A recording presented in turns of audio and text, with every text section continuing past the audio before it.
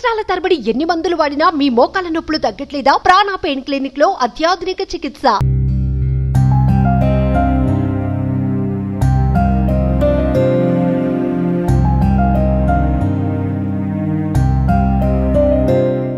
అంటే అసలు గత కొన్నేళ్లుగా మీతో రిలేషన్ లేదని మీ అత్తగారు చెప్తా ఉన్నారండి. 5 years నుంచి రిలేషన్లో లేము. లాస్ట్ 5 years నుంచి ఎప్పుడైతే నాకు ఈ విషయం తెలిసిందో అప్పటి నుంచి నన్ను కొట్టడము చేయడము చాలా నానా విధాలుగా హింసించిండు. తాగేసి వచ్చి ఏ రాత్రి అంటే ఆ రాత్రి ఇది చేయడము చాలా. పవిత్ర డైరెక్ట్ నాకు కాల్ చేసి వాడు నా మొగుడే, ఏం పీక్కుంటో పీక్కో అనేసి కూడా అనింది. ఇలాంటి మాటలు కూడా మాట్లాడింది పవిత్ర జయరాం. వాళ్ళ పిల్లలకి కూడా తెలుసు.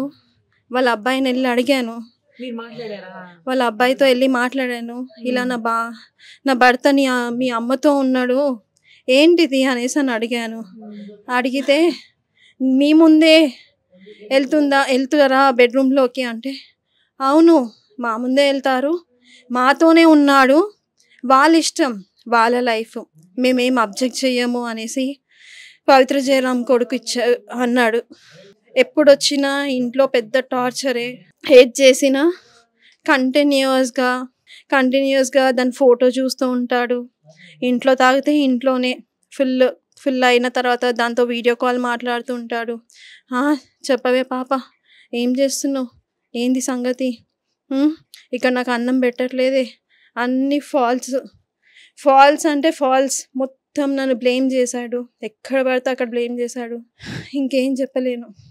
ఇంతకంటే మాది రిలేషన్షిప్ స్టార్ట్ అయ్యి 2004 July 4th స్టార్ట్ అయింది.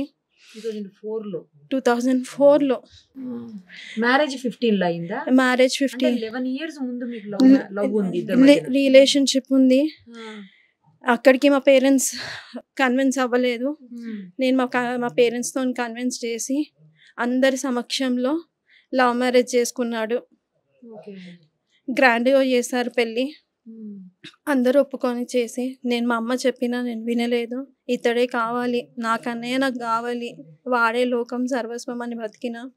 ఏది చేసినా ఏం చేసినా ఈ రోజు వరకు ఈ మూమెంట్ కాకుండా నిన్నటి వరకు కూడా మా మమ్మీ వాళ్ళ సైడ్ ఎవరికి ఏమీ చెప్పలేదు. నేను ఎంత ప్రాబ్లం ఫేస్ చేసినాను, సఫర్ అయినాను, ఎటువంటివి మా మమ్మీ వాళ్ళకి తెలియదు. ఏదున్నా ఏమున్నా అత్తగారికి చెప్పుకున్నాను, బయట ఎక్కడ పెట్టుకోలేదు.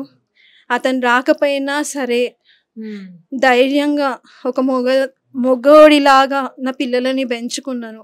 ఏ రెస్పాన్సిబుల్ లేదు. ముందు జాబ్ చేసేదాన్ని హెచ్ఆర్గా, ఇప్పుడు మానేశాను. అమ్మ లేదు. అమ్మ చనిపోయిన వెంటనే లాక్డౌన్లో వీళ్ళ రిలేషన్షిప్ స్టార్ట్ అయ్యింది. అప్పటి వరకు బాగానే ఉన్నారు. వీళ్ళ రిలేషన్షిప్తో ఎప్పుడైతే స్టార్ట్ అయ్యిందో అప్పటి నుంచి నన్ను కొట్టడము తిట్టడము కంటిన్యూస్గా చేశాడు. చాలా చాలా అంటే ఒక సాడిస్ట్ కంటే ఇంకా అధ్వానంగా బిహేవ్ చేశాడు.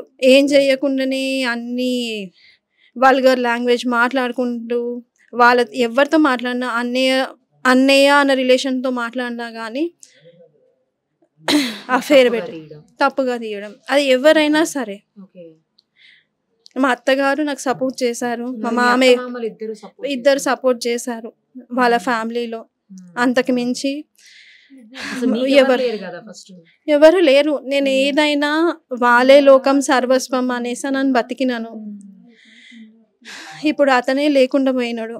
ఇప్పుడు ఇంకేమని నన్ను బ్లేమ్ చేస్తాడు, ఇంకేం చేస్తాడో నాకేం అర్థం అవ్వట్లేదు. ఏం చెయ్యాలి ఈ మూమెంట్లో? నాకు నా పిల్లలను చూసుకొని నేను ఏం చెయ్యాలి? 2 పిల్లలు. పాపది 8 years, బాబుది 4 years. పిల్లల కోసం కూడా వచ్చేవాడు కదా? పిల్లల కోసం వచ్చినా ఇట్లా చూసి వెళ్ళిపోయేవాడు. పిల్లల కోసం వచ్చినప్పుడు పవిత్ర ఆంటీ ఉంటుందానా మీకోసము, పవిత్ర ఆంటీ ఉంటుందానా, దీని ఏమైనా సరే పవిత్ర ఆంటీ ఉంటుంది. మరి నేనేం అవ్వాలి అని అంటే కూడా దానికి సమాధానం లేదు, ఏది లేదు. తన మైకంలో ఉండిపోయాడు. మొన్న 4 days కూడా షూట్ ఉందని చెప్పాడు, కానీ కట్ చేస్తే తను ఊటీకి వెళ్ళారు. ఇద్దరు కలిసి ఊటీకి వెళ్ళారు.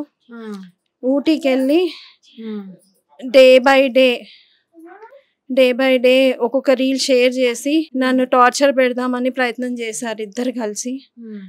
యాక్చువల్గా తను ఇన్స్టాగ్రామ్లో కూడా, పవిత్ర జయరామ్ ఇన్స్టాగ్రామ్లో కూడా తను పోస్ట్మార్టం అయిపోయిన తర్వాత కంటిన్యూస్గా 4 రీల్స్ పోస్ట్ చేశారు. విత్ ఇన్ ఫ్యూ అవర్స్లో డిలీట్ చేసేసారు. ఆ వీడియోస్ కూడా వైరల్ అయ్యాయి. సో వీళ్ళిద్దరు కలిసి ఊటీకి మొన్న ట్రిప్కి ఊటీకి వెళ్ళిన వీడియోస్ కూడా వైరల్ అయ్యాయి. 3rd క్లాస్, ఇప్పుడు బాబు LKG, చాలా చిన్న చిన్న పిల్లలు. న్యాయం జరుగుతుంది. మీ వైపు అడిగే వాళ్ళు కూడా ఎవరు లేనట్టున్నారు, మీ అత్తగారు తప్ప. ఇప్పుడు అత్తమ్మ వాళ్ళు ఉన్నారు, మా ఫ్యామిలీ వాళ్ళు వస్తున్నారు, మా మమ్మీ వాళ్ళ సైడ్ వాళ్ళు వస్తున్నారు, మా మేనమామయ్య వాళ్ళందరూ వస్తున్నారు, దారిలో ఉన్నారు. వాళ్ళకి ఇప్పటి వరకు ఎటువంటి విషయం తెలియదు. ఈ సూసైడ్ తోనే అన్ని బయటికి వస్తున్నాయి. అసలు ఇప్పటి వరకు మీరు వైఫ్ ఉన్నారు, పిల్లలు ఉన్నారని కూడా ఎవరికి తెలియదు. అతను చెప్పనీయలేదు. సోషల్ మీడియాలో నేను అతన్ని ట్యాగ్ చేసి ఏమైనా వీడియోస్ పెట్టినా సరే అవి ఇమీడియట్ గా డిలీట్ చేసేస్తారు. నన్ను బ్లాక్ చేసేసాడు. ఇన్స్టాగ్రామ్ లో కానీ, ఫేస్బుక్ లో కానీ, ఏ ఛానల్లో అయినా బ్లాక్ చేసేసాడు. ఇనిషియల్ గా తెలిసిన వెంటనే నేను మహిళా మండలిలో కంప్లైంట్ ఇచ్చాను. అక్కడ ఇచ్చిన తర్వాత కూడా అక్కడ కౌన్సిలర్ ముందు చెప్పాడు, అదే నా లైఫ్ అని. అంటే పవిత్ర అనే లైఫ్ అంటే అక్కడ అన్నారు కూడా, మా అమ్మ వీడు చేంజ్ కాడు, వదిలేసేయి, సెటిల్ చేసుకొని వదిలేసేయి అని అన్నాడు. అయినా నేను వినలేదు, ఎందుకంటే నాకు పిల్లలకి తండ్రి కావాలి. ఈరోజు నేను మా మమ్మీ లేక నేను చాలా పెయిన్ అవుతున్నాను. ఆ సఫర్ నా పిల్లలు అవ్వద్దు అని ఆలోచించాను. కానీ తండ్రి కావాలి. నిన్న కూడా అందరిలో కూర్చోబెట్టి మాట్లాడాం. ఏమని అంటే, ఇలా suicide Pavi wait for 2 days అని పెట్టాడు ఇన్స్టాగ్రామ్ లో. ఏంటి Pavitra wait for 2 days I'm coming అన్నట్టు పెట్టాడు పోస్ట్. అదే విషయము 10 మందిలో కూర్చోబెట్టి మాట్లాడాను. మాట్లాడితే నేను అంత పిరికివాడిని కాదు, నేను చూసుకుంటాను, నాకు కొంచెం టైం పడుతుంది సెటిల్ అవ్వడానికి అనేసి అని అన్నాడు. కానీ అన్యాయం చేశాడు. లవ్ రిలేషన్షిప్లో ఎంత బాగుండేవాడు అంటే అంత బాగుండేవాడు. నేనే లోకం సర్వస్వం అని ఉండేవాడు. ఎప్పుడైతే ఈ పవిత్ర ఎంటర్ అయ్యిందో అప్పటి నుంచి నాకు టార్చర్, ఫిజికల్గా ఇద్దరం బాగున్నాము. అప్పటి నుంచి ఫిజికల్గా, మెంటల్గా చాలా హరాస్ చేశాడు, చాలా విధాలుగా హరాస్ చేశాడు. అసలు ఒక 2-3 months వరకు ఇంటికి రాకుండా, పిల్లలని చూసుకోకుండా కూడా ఉన్న రోజులు ఉన్నాయి.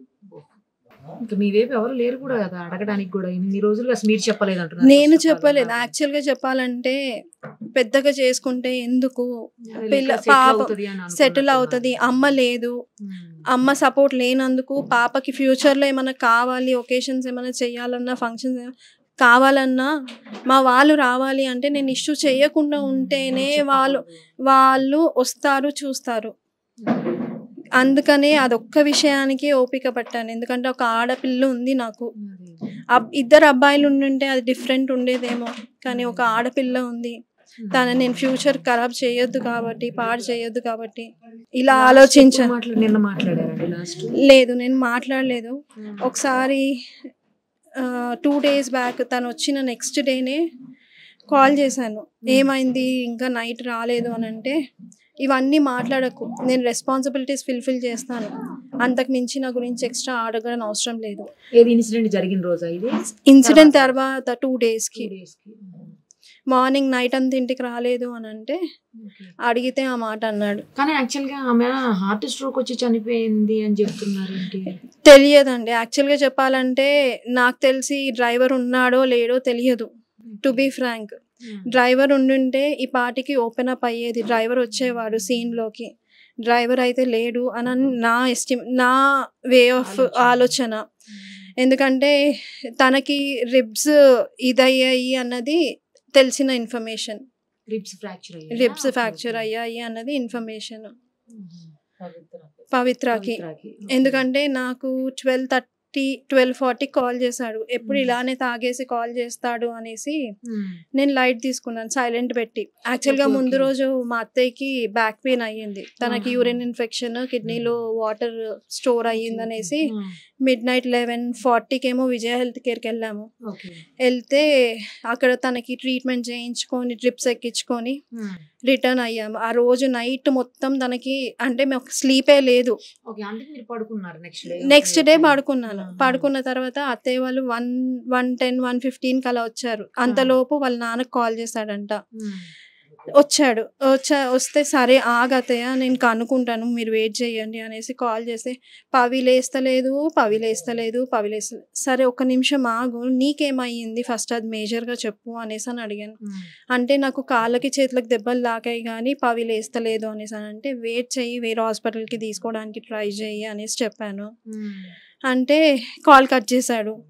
మళ్ళీ కొంచెం సేపటికి మళ్ళీ కొద్దిసేపటికి మళ్ళీ కాల్ చేసి తను చనిపోయింది అనేసి ఏడుస్తున్నాడు. ఇంకా దానికి నేనేం చేయలేను. సో ఇది ఇన్సిడెంట్ జరిగింది. ఈ రోజు పొద్దున్న మీ అత్తయ్య చెప్తున్నారు మార్నింగ్ నుంచి ట్రై చేస్తే దొరకలేదు. యాక్చువల్గా నేను 12 నుంచి మేము ట్రై చేస్తున్నాము. 2 o'clock పవిత్ర ఫ్లాట్కి వెళ్ళాల్సి ఉండింది. వాళ్ళ ఫ్రెండ్ సాయి అనేసి ఉన్నాడు, అతని దగ్గరికి అంటే నైట్ వెళ్ళి పవిత్ర దగ్గర నుంచి లగేజ్ మొత్తం తీసుకొచ్చి నా దగ్గర పెట్టాడు అనమాట.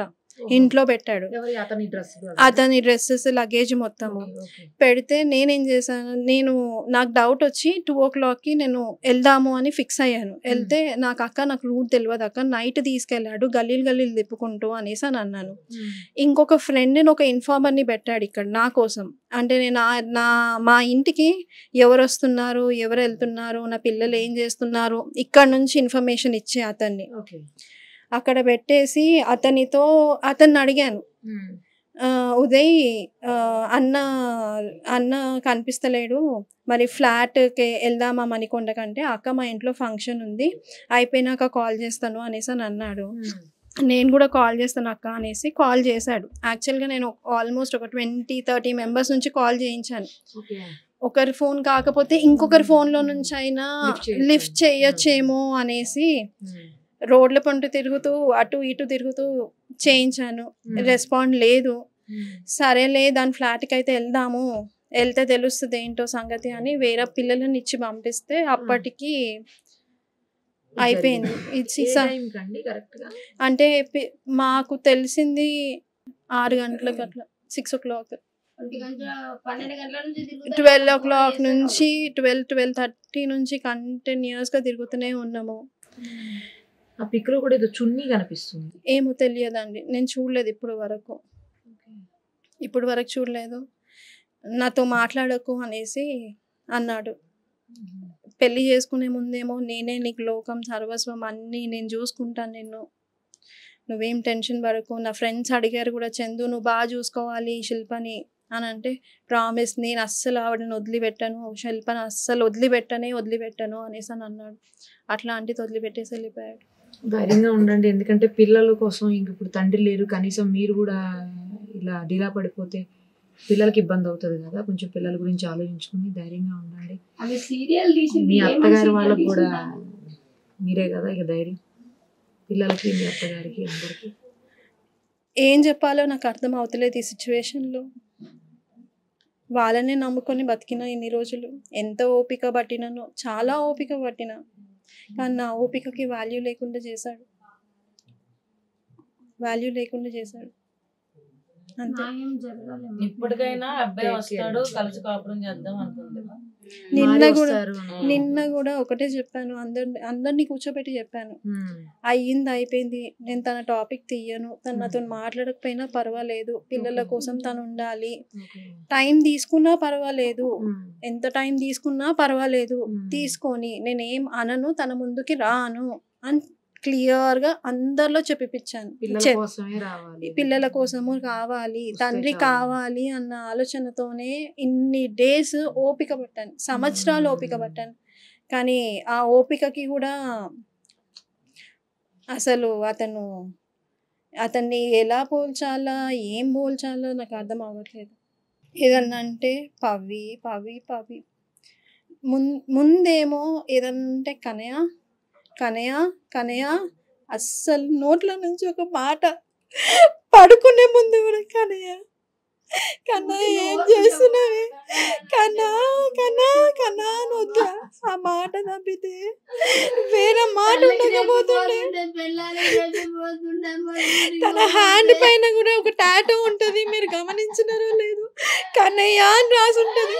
తనతో డైరెక్ట్ ఫైట్ చేసినా, ఏం చేసినా, ఏం చేసినా, తను ఏం చేసిందో తెలియదు, కానీ తను మాత్రం చాలా నన్ను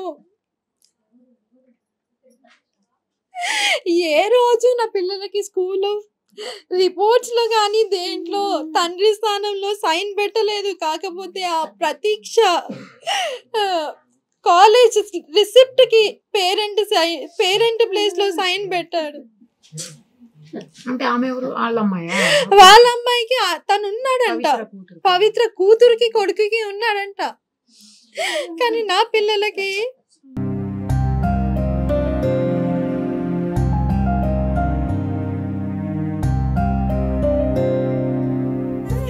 ఇండస్ట్రీ మొత్తం తెలుసు. చందు, శిల్ప అంటే ఆ ఇండస్ట్రీ అందరికీ తెలుసు.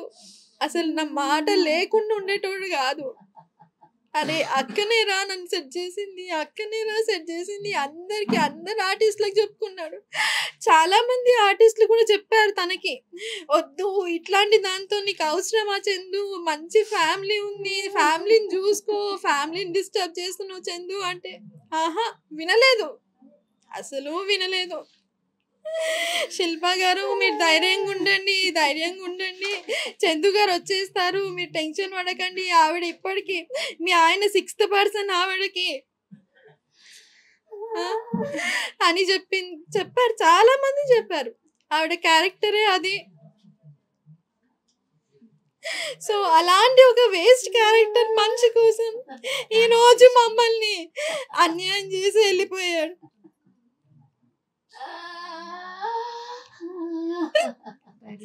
అసలు నా పేరు లేకుండా, అరే అక్క చేసిందా, కన్నా చెప్పు, ఇప్పుడే స్టార్ట్ అయినా, ఇక్కడున్నా, ఈ లొకేషన్ లో ఉన్నా, వచ్చేస్తున్నా, హార్డ్లీ ఇంకా 5 minutes లో ఉంటేనే ఇంట్లో వచ్చేస్తున్నా. ఇదంతా 2020 వరకు కంటిన్యూగా ఉండింది. ఎప్పుడైతే ఫస్ట్ లాక్డౌన్ స్టార్ట్ అయ్యిందో అప్పటి నుంచి ఎప్పుడు నా మీద చెయ్యనోడు. 12:30 నైట్ నుంచి మార్నింగ్ 5 o'clock వరకు ఎట్లా పడితే అట్లా కొట్టినాడు. అయినా మా మమ్మీ వాళ్ళ సైడ్ ఎవరికి చెప్పుకోలేదు, మా మేనమామలకు కానీ ఎవరికి కానీ ఎవరికి చెప్పుకోలేదు. నేను ఏదున్నా మా అత్తయ్యతో మాట్లాడుతుండే, అది కూడా ఊరుబకపోతుండే. ఈ ఏరియాలో అందరూ అంటారు తల్లి కూతురు లాగున్నారు, తల్లి కూతురు లాగున్నారు అనేసి. మదరే అనుకున్నానండి, తర్వాత తెలిసింది మదర్ లేదు. కానీ ఇంత అన్యాయం చేసి వెళ్తాడు అనేది అనుకోలేదు.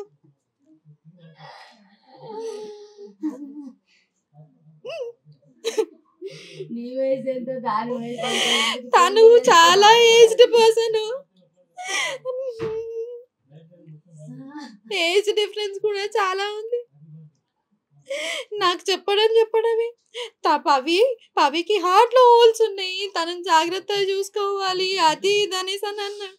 కానీ నేను ఒక ఫ్రెండ్ లాగా మాట్లాడుతున్నాడేమో, ఫ్రెండ్ లాగా రీల్స్ చేస్తున్నాడేమో, ఇండస్ట్రీయే కదా మనకు తెలియంది ఏముంది అనేసి అని అనుకున్నాను.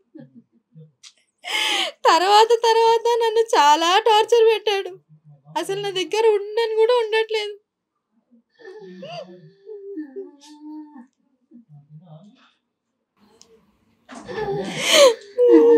ధైర్యంగా ఉండండి, పిల్లల కోసమైనా ధైర్యంగా ఉండాలి. ధైర్యంగా ఉండాలి.